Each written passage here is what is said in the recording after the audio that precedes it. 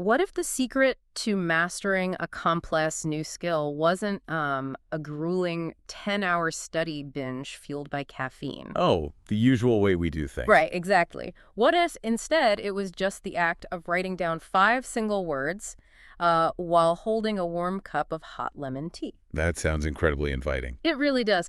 Welcome to today's deep dive. I am so glad you are here with us. Usually, we tackle mountains of data or highly technical theories, and we move at a very rapid We pace. do tend to rush through the information. We do, but today we are taking a completely different path. We're going to explore a space that is incredibly quiet, deeply intentional, and radically simple. It is a striking shift in our usual rhythm, isn't it? Yeah. We live in an era where the default state is, well, information overload. Constant noise. Yes, constant. The expectation is to consume as much as possible, as quickly as possible. Yet the material we are examining today suggests something else entirely. It suggests that slowing down is the answer. Precisely.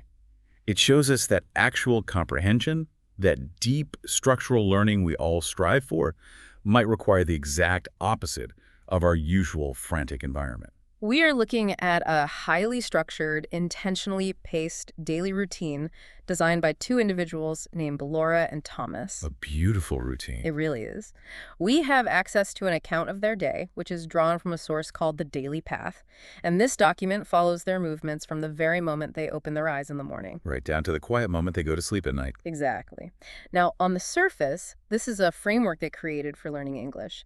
But as you read between the lines, it reveals itself to be a profound masterclass. A masterclass in managing cognitive load, I would say. Yes, and cultivating true mindfulness. The vocabulary they use to describe their day is very easy, very clear.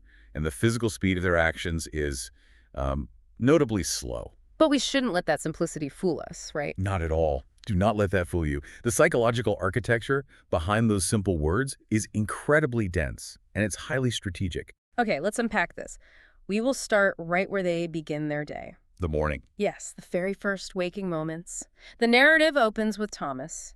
He notes that he opens his eyes early. Early and without a rush. Right. And the very first thing he observes is that the room is very quiet. He listens and he hears soft morning birds. A gentle awakening. It is. And Laura observes that the golden sun shines bright. They are firmly grounding themselves in their immediate physical reality before anything else. Taking in the senses. Exactly. And then they share a very simple, comforting ritual. They drink hot lemon tea. That warmth is so important. It feels to me like tuning an instrument before a concert. You wouldn't just walk out on stage and start aggressively playing a complicated symphony. No, that would sound terrible. Right. You have to pluck each string gently. You have to find the right frequency first before you make demands of the instrument. That analogy of tuning the instrument gets right to the heart of their strategy. Notice what they are not doing in this moment. They aren't looking at their phones. Exactly. They are not reaching for a glowing screen.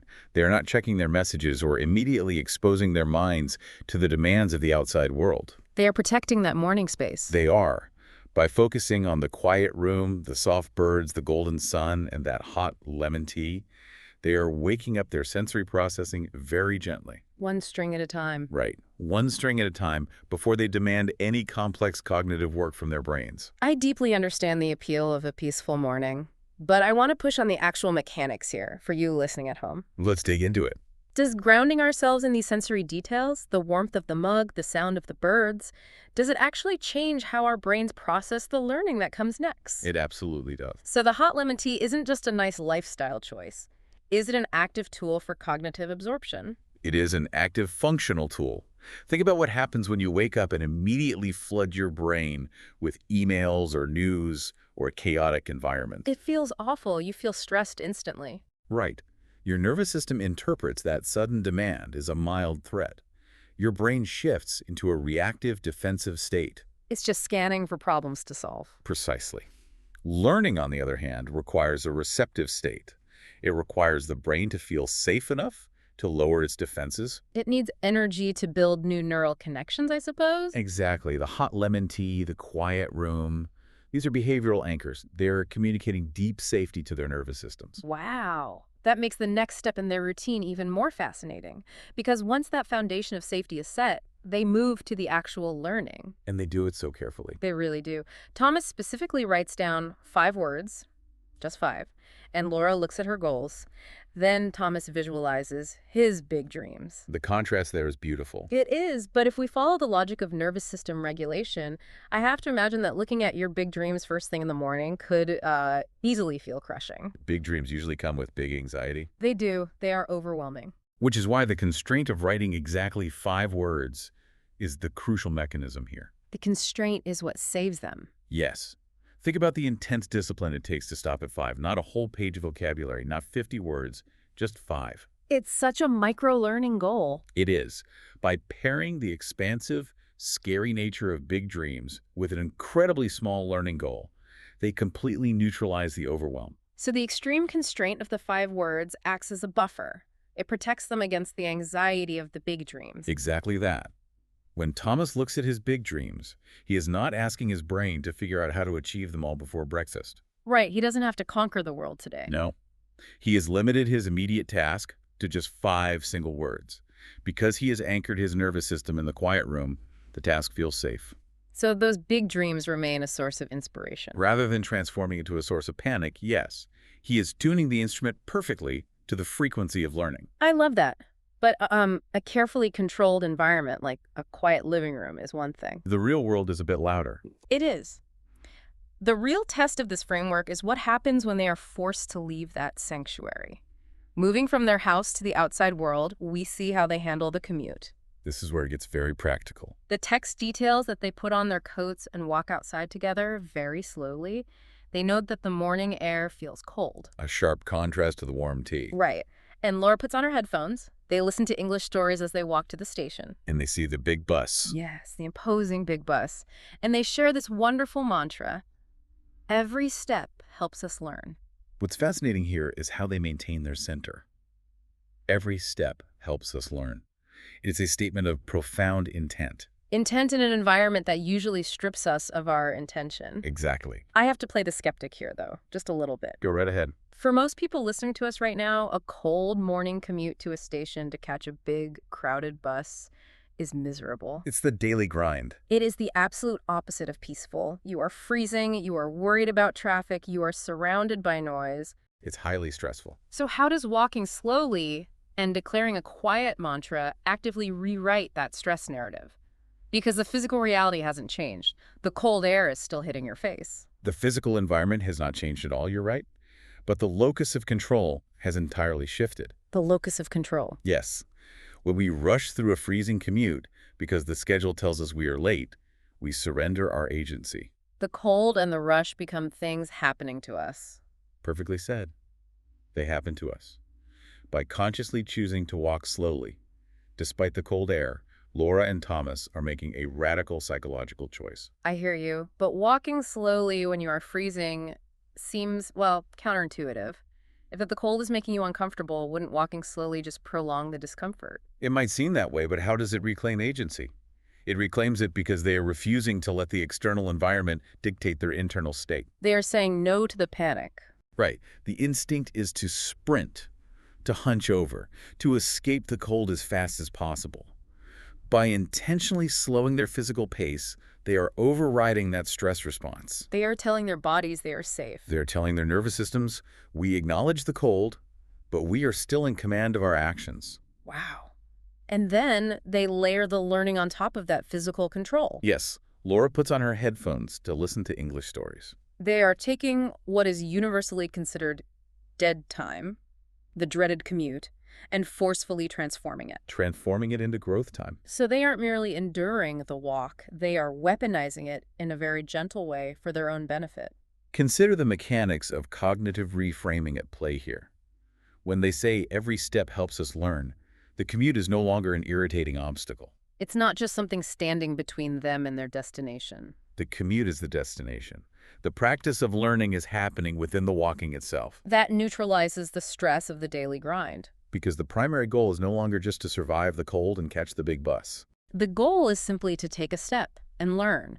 Take another step and learn. Exactly. It's profoundly peaceful. It's one thing to control your mindset while in transit, though. But what happens when you are forced into an environment explicitly designed to interrupt you? The workplace. Yes, the modern workplace. We transition now to their arrival at the office. I was deeply curious to see how this incredibly mindful approach survives there. The modern office is a landscape built on constant urgency. It is perhaps the ultimate test of any mindfulness practice. Yet Laura and Thomas seem to maintain their center completely. They arrive at the office and they sit at their desks. Grounding themselves again. Right. Thomas observes that the computer screen is bright. Again, it is a very simple sensory observation, totally free of judgment. Just noticing what is there. Exactly. Laura writes a short report, and this detail is what really caught my attention. They note that they make a conscious effort to use very clear words to practice their English skills. Very clear words. Yes. And at the end of their tasks, Thomas notes that the afternoon feels peaceful there. The phrase, a peaceful afternoon in an office setting, sounds like an impossibility to most professionals today. It sounds like a fairy tale, right? Ah, We usually associate the office with a heavy cognitive toll. a massive toll. When I read about them using very clear words for a short report, it immediately made me think of minimalism in architecture. Oh, that's a brilliant comparison. Think about a building that strips away all the ornate, unnecessary decorations, the heavy facades. Leaving just the structure. Right. It leaves only the pure, functional, load-bearing structure. It feels clean, it feels calm. And in a corporate setting, we do the exact opposite with our language. We do. We spend so much time using heavy jargon, trying to sound impressive, hiding behind complex, labyrinthine sentences. Sentences that don't actually convey much meaning. Exactly. Let us examine the structural weight of that jargon you just mentioned. The mental gymnastics required to uphold corporate pretense is exhausting. It drains us before lunch. It does. We are constantly translating our true, simple thoughts into complicated corporate speak. And then we have to expend even more energy translating our colleagues' corporate speak back into actual meaning. This constant context switching drains the cognitive bandwidth we need for deep learning. So, by choosing to use very clear words purely as a way to practice their English skills, they are actively removing all that unnecessary architectural decoration. They're stripping it down to the studs. It's not just an aesthetic choice then. It's a literal energy-saving tactic. It is a profound preservation of their energy. And this explains why the afternoon feels peaceful to them. Because they aren't playing the exhausting game. Right. They have essentially gamified their work, but in a very quiet, internal way. They aren't wrapped up in office politics in that moment. They aren't trying to conquer the corporate ladder. No. They are viewing their mandatory daily tasks, like writing a short report, merely as vehicles to practice their language skills. They lower the stakes of their ego and they raise the stakes of their personal growth. Which completely shifts their relationship to the work. The bright computer screen is no longer a source of endless, stressful demands from bosses or clients. It is simply a blank canvas for them to practice assembling clear words. By changing their intention behind the task, they build a protective bubble around their focus. They strip away the corporate anxiety by simply refusing to participate in the complexity of it. It is a brilliant defensive strategy against burnout. It truly is. And that feeling of peacefulness carries them right through the end of the workday, which brings us to a crucial question. How to end it. Yes. How does one stop this intense, even if peaceful, cognitive effort? The source details their evening wind-down, showing how they gently close the day's learning cycle. How we close the day is just as vital as how we open it. Without a proper closure, the mind continues to loop through the information it absorbed. We see this beautifully illustrated in their walk back home. Just as they observe the morning, they observe the evening. Paying attention to the transitions. Right. They walk under a dark night sky. Thomas notes that they see bright silver stars. The visual cues are changing. They go inside and they cook a good dinner. The kitchen, Thomas observes, feels very warm. Very warm. And then we get this highly specific final act. Laura opens her small notebook and Thomas writes one final page. One final page. Yes. And Laura reflects that today felt steady and peaceful. If we connect this to the bigger picture, notice the deliberate contrast in their sensory anchors. The physical spaces have shifted entirely. Yes. The cold morning air has been replaced by the very warm kitchen. The bright computer screen has been replaced by the dark night sky. The poetic symmetry of their routine really stands out. It is very poetic. They began their day observing the golden sun, and they end it observing the bright silver stars. But it's the symmetry of their actions that I find most compelling. How they frame the learning. Right. They started the morning by writing exactly 5 single words. They conclude the evening by writing one final page in a small notebook. There is a deep satisfaction in that symmetry. I look at that final page like a cognitive off-ramp. If the day's learning is a highway, you can't just slam on the brakes while going 60 miles an hour. No, you would crash. Right. You have to take the exit ramp to safely transition back to local roads. A cognitive off-ramp is an excellent way to conceptualize it. The human brain, it craves closure. It wants to finish things. Yes. In psychology, there is a concept known as the Zeigarnik effect. The Zeigarnik effect. Yes, which dictates that people remember uncompleted or interrupted tasks better than completed tasks. Ah, so open loops create background anxiety. Exactly. In our modern lives, the boundaries between work, learning, and rest have been entirely demolished. We answer emails from bed. We do. We listen to dense educational audio while trying to fall asleep. Going back to our earlier thought, the instrument is never put back in its case. No, it's not. It is just left out on the stage, strings vibrating constantly. To borrow your analogy, yes. The brain never receives a definitive signal that the performance is over. But look at the physical boundaries Laura and Thomas are drawing. The dark sky and the silver stars are massive visual cues. And the warm kitchen and the good dinner are somatic cues, pulling their focus back into their physical bodies after a day of intense mental work. And that final act of writing one page in the small notebook. Yes. What does that signify to the brain? That is the ultimate closing of the loop. Writing that one final page is not about cramming more information into their heads before they sleep. It is not a last-minute hustle to maximize productivity. Not at all. It is an act of containment. They are taking whatever lingering thoughts, whatever new vocabulary is still bouncing around in their minds, and they are externalizing it onto the physical page. They are putting it down so they don't have to carry it. Precisely. When they close that small notebook, the boundary is drawn. The day is done. That perfectly explains Laura's reflection that the day felt steady. Steadiness is key. Steadiness isn't just about moving at a consistent pace. It requires a solid foundation at the start and a definitive structural end. You cannot have steadiness if the edges of your day are blurry and bleeding into the night. Exactly. Steadiness is the product of those non-negotiable boundaries. It is a crafted experience. So, stepping back from the specific sensory events of their routine, the tea, the bus, the clear words, the silver stars, we arrive at the overarching wisdom they offer. The philosophy behind it all. Yes, at the very end of this document, it is a moment where they directly address you, the learner, sharing the core philosophy that makes this entire framework function. Their final words are incredibly gentle, yet they carry a tremendous philosophical weight. Especially when contrasted with how we usually approach self-improvement. Oh, absolutely. They say, you listened very well today. And then Laura shares this fundamental truth. Learning takes time and patience. Time and patience. Thomas adds, do not rush your journey. Laura reminds us that small daily steps build success, and they end with a quiet invitation to practice again with them tomorrow, wishing us a lovely night. Do not rush your journey.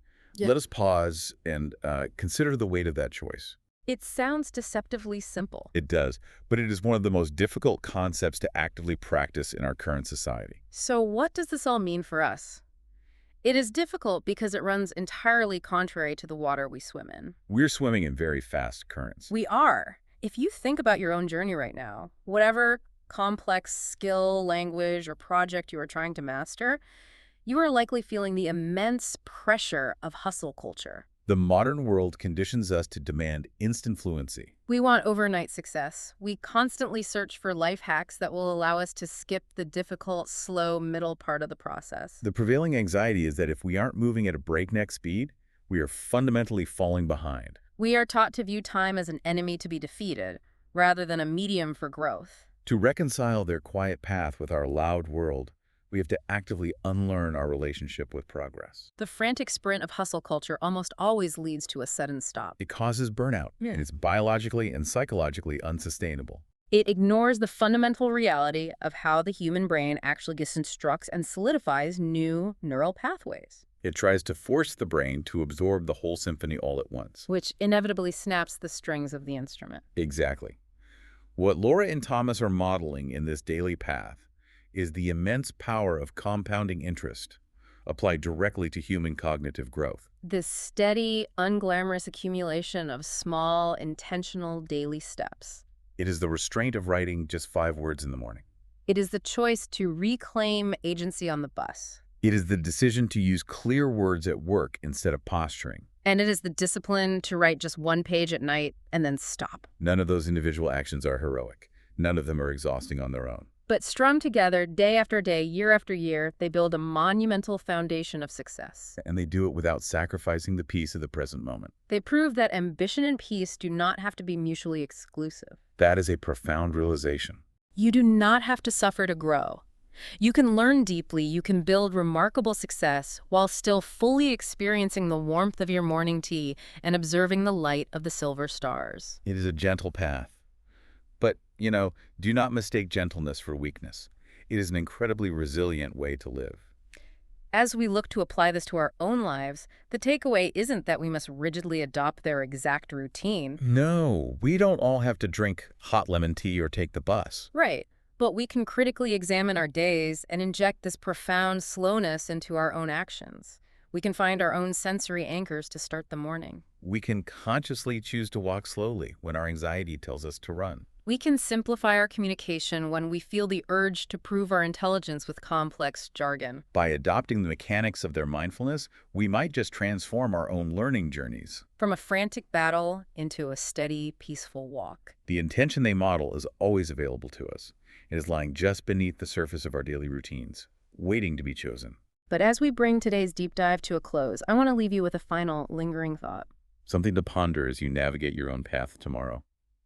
Laura and Thomas have constructed a beautifully steady, deeply intentional baseline to facilitate their growth. But what happens when the routine inevitably shatters? Because life eventually will introduce chaos. It will. A crisis occurs at work, a flight is canceled, the morning is filled with unavoidable noise. Can a perfectly peaceful routine become too comfortable, making us fragile when the quiet breaks? That is the danger of isolation. Or is it exactly this peaceful baseline built layer by layer, day after day, through 5 words and one final page, that gives us the deep internal resilience we need to remain steady when the world around us is entirely chaotic? Is a beautiful question to sit with. Take that question with you. Thank you for slowing down and exploring this space with us today. May your own daily path be steady and deeply peaceful.